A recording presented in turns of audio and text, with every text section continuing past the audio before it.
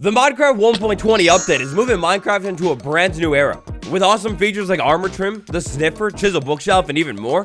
I mean, everything's changed. How you doing, everybody? It's me, Minecraft's most handsome. With a new update finally upon us, there's nothing better to do than talk 20 tips and tricks for Minecraft 1.20. Let's go.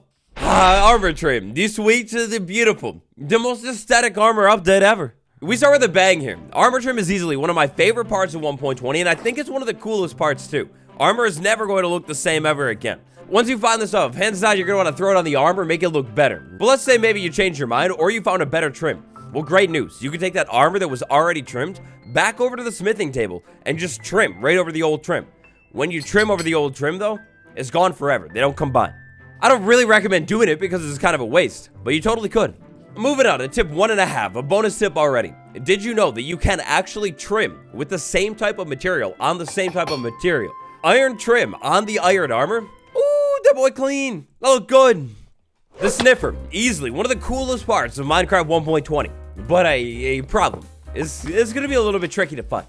Step 1, find yourself a war motion biome. Located biome war motion. Just check, boom, done. Minecraft 1.20 is truly the update that does everything, including ocean update. In Minecraft 1.20, when you're searching the warm or lukewarm ocean for ocean ruin for sniffer egg, night vision potion all the way. Drink this thing and look at the water. It becomes so easy to see through. And our second bonus tip of the day, rafts block your view a little bit less than the boat does. It's really not much. It doesn't make a huge difference, but if you can get your hands on some bamboo early on, consider making your raft, then heading over to the warm ocean for the sniffer. Spend a little bit of time inside of the warm ocean, and hopefully you're lucky enough to find a sniffer. You bring that egg back to land, place it down, let it hatch, and eventually it's gonna hatch. More time passes, baby sniffer grows to adult sniffer. So for this next one, let's talk a little bit about our friend Samuel Sniffer right over here. The sniffer is a very interesting mob. For starters, if you're looking for the plants here, the seeds, you have to wait for the sniffer to grow up. Snifflets can't do it. For follow-uppers, unfortunately, you can't put your sniffer just anywhere. You can't build like a wood platform and hope it'll find seeds. The sniffer needs to be on or near diggable blocks. Now, diggable blocks are pretty easy. You got a lot of options in the game, including dirt, coarse dirt, and mud. So we got our sniffer, we grew it up, and then we transported it over to some diggable blocks. After that, if we go ahead and give the sniffer a little bit of space and time, it's gonna naturally walk around and eventually decide to plop down. Once your sniffer decides that it's found the one, it'll sploot down, that's the technical word for it, dig around a little bit, and throw a seed up on the ground. Then a timer begins. The sniffer will not be able to dig again for 8 minutes. And finally here, the sniffer would like to remind you to leave a like on this video. Leaving a like will guarantee you great luck for years to come. Most of our tips today are for both versions of the game, but this one, unfortunately, is Java Gang only. Did you know that farmer villagers can actually interact with... Alright, fine, ignore me. Eventually, once you've gotten your hands on a lot of pitcher pods and torchflower seeds, hand them over to your trusty villager and watch what happens. No, don't do it. Don't do it. Don't do it. No, no, no, no. How could you? No, you're meant to plant them. These seeds are rare. Forget I ever told you that one. Let's move on. The chisel bookshelf is not only a really cool block for storing books, but it's also amazing for secret doors. For one of the easiest chisel bookshelf doors, check this out. We start with the chisel bookshelf, we put a comparator right behind it. Now the chisel bookshelf, it holds books. The book slots have different numbers. That's gonna be 1, that's gonna be 2, all the way down here is gonna be 6. Let's say I wanted a secret door with, I don't know, a slot number 5. 5 is our golden number. Somewhere behind the chisel bookshelf coming out of that comparator, we'll run a redstone line of 5 going right into 2 sticky pistons. Then next to the sticky pistons, we put the door. Now for this quick example, because I didn't invert the signal or anything like that, when I interact with any of these other books like this, the door is technically gonna open. Go ahead and invert the signal with a redstone torch, interact with anything else, and it doesn't matter. Interact with the 5th one, and just like that, the door opens. And for more secret door wonderfulness, check out this video after this one. The bundle. Added in Minecraft 1.20. Wait, no, I can't say that. Even though technically the bundle isn't inside of Minecraft 1.20, you can definitely turn it on when you're creating your world. Go to experimental toggles and turn this one on right here. Then once you're inside of your world, you'll be able to actually craft a bundle. Keep your eyes on that experimental feature toggle because it seems like in the future, more things will be added there. Thanks to that beautiful brand new rideable mob, saddles are more useful than ever, but they're only great if you can find them. For this one, a little bit of saddle pro tip for you. Did you know that you can find the saddle in almost every single structure in the entire game? Out of the many different locations you'll be able to loot a saddle from, try checking a village. If you're a little bit more geared up and maybe quick, try checking a dungeon. Or if you're in a desert, try your hand at the local desert temple. Long story short, if you need a saddle, just start exploring. Now, once you've gotten your hand on a saddle, my friend, it's over to the desert village for you because, oh my gosh, look at this thing. The camel is beautiful, and the saddle goes right on this boy. A couple camel pro tips for you. They will always generate in with a desert village, but unfortunately only one. Great news, the camel shouldn't despawn, but I personally wouldn't risk it. If you find one and you can't take it, trap it. And finally, if you can find one camel, try and find another and feed it cactus. You will never believe what happens. This next one is for those of you who maybe stopped playing the game for a while and are coming back with 1.20. To be honest, there's a lot to this one, but I'm not going to talk a lot about it. First things first, what I need you to do is get your hands on 2 horses, tame them, and get them ready to breed. After that, unlike in any other update before this one, what I want you to do is actually breed your horses, because it's actually worth it now.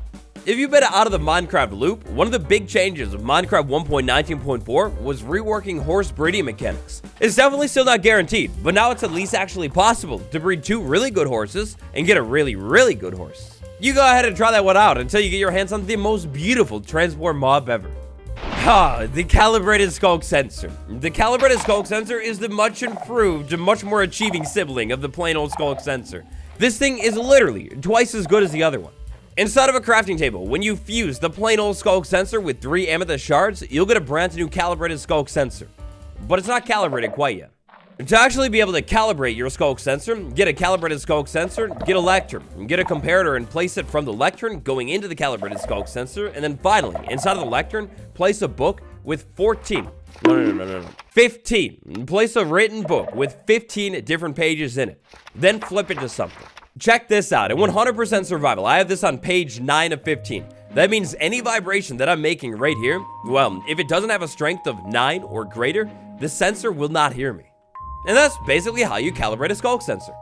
Now, Amethyst and Skulk stuff, it actually is getting a lot of big upgrades in 1.20.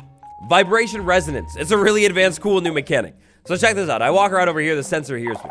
What if I wanted to walk around, say, over there and the sensor hear me? Well, to pull that off, we need a little bit of Vibration Resonance. A Vibration Resonance is a really cool mechanic. It basically combines Amethyst and Skulk Sensor to send signals long ways. With Amethyst next to the sensors, check that out. It can now hear me over there and I can turn that lamp on.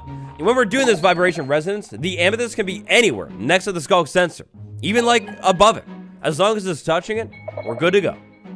And speaking of Skulk stuff, check this out. The Skulk Shrieker fully submerged in water. We go ahead and make it move and oh, it's screaming. It's definitely screaming, but you cannot hear it.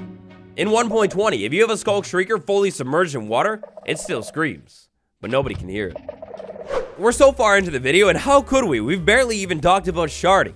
In Minecraft 1.20, Trail Ruins is a brand new structure. If you're looking for the Trail Ruins, well, I've got a guide on that. Check it out.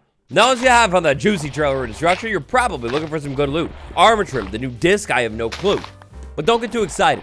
Unfortunately, a bit of bad news for you here. The best loot, well, it's not going to be on the surface.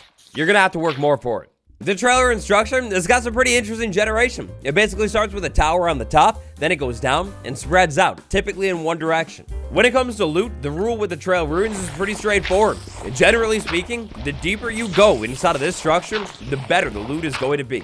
Just definitely be careful. You see what I mean right there? A shirt. That's not bad. Next up, a sad tip for Bedrock Gang. Now, when you go out in your world and you explore and you find the Trail Ruin structure, you start digging down, it may seem like the Trail Ruin structure completely ends, like it just cuts off and it's done. Generation is broken.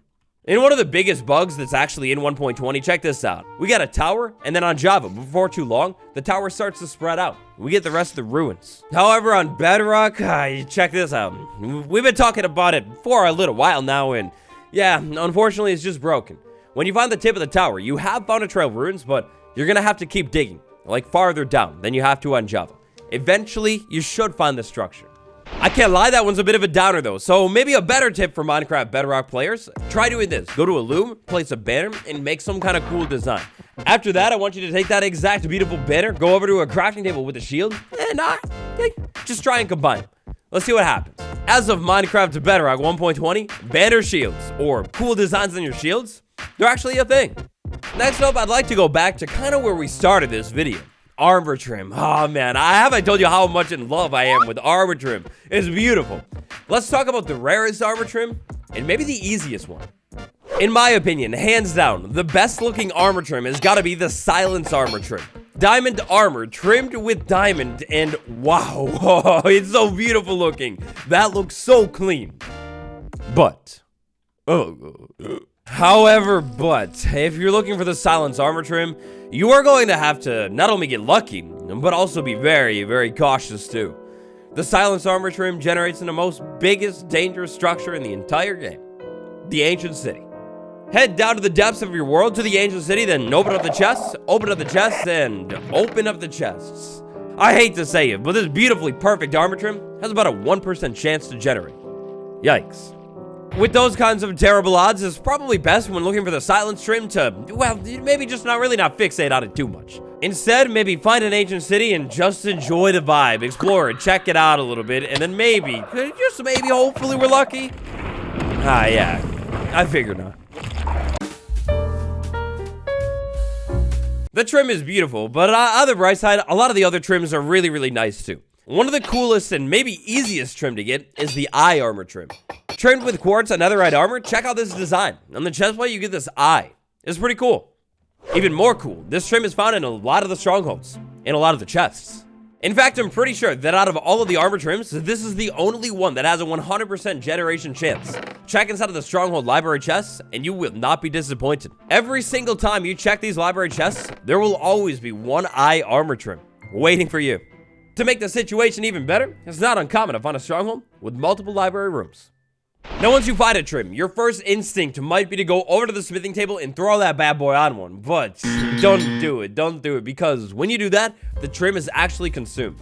Instead, before you use any trim, the best idea is to throw this thing inside of a crafting table and go ahead and clone or duplicate this thing. Now, to clone or duplicate this thing, you're going to need a block of whatever that trim is seemingly made out of. The item icon is a hint at what material you're going to have to use to duplicate it. So for this one right here, clearly it's endstone. For this one, it looks like cobblestone, so it's going to be cobble. If you do anything from this video, please duplicate your armor trims before you actually use them. If you want to change it later or just have more in general, it's the only way. And speaking of things that you can duplicate, things that you cannot duplicate, it's tragic, a tragedy that there is no way to duplicate these shards and clone them so you can have more. But you can get them back. Let's say I made this decorated pot right here, I placed it down. If I break this with my hand, I get the pot back so I can move it somewhere. If I break it with any tool in the game, it literally breaks apart just like that. Then I get the shards and they're as good as new. I could use them and make a new design. Bonus tip, when crafting these shards, the bottom shard is the shard that is going to face you when you place it. Every time. Last but not least, tip number 20. This one is for the builders out there. Check this thing out. This is so nice looking. If we go ahead and combine this thing with the pot on top of it, well, it actually combines. This thing seamlessly just flows together. You can use it for one of the fanciest decorational pots in the game, but that's not all. You can use this thing for building as well. A lot of blocks have an interesting combination with the pot because of its shape, including double pots. I don't know, maybe you want the design really high up, like a tall pot? Well, there you go, you stack them together. Maybe you want to dream that this thing actually works as a container? Well, put a hopper on top of it. It's pretty cool looking. Maybe, I don't know, you want to make some kind of fancy wall or something. We'll try placing some pots down and maybe put something on top of the pots, like a fence. That goes inside of it perfectly. A really cool one that I like, that could be like a city light pole vibe or something, is with a pot, a little bit of brick, and then maybe like fences at the top. Hang a lantern off of it, and I mean, it's simple, but it's not bad looking, right? Okay, maybe that's bad looking. 20 tips, tricks, life hacks, whatever you want to call them, from Minecraft 1.20.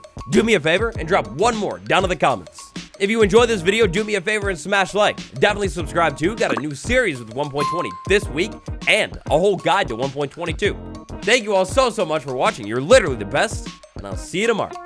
Goodbye.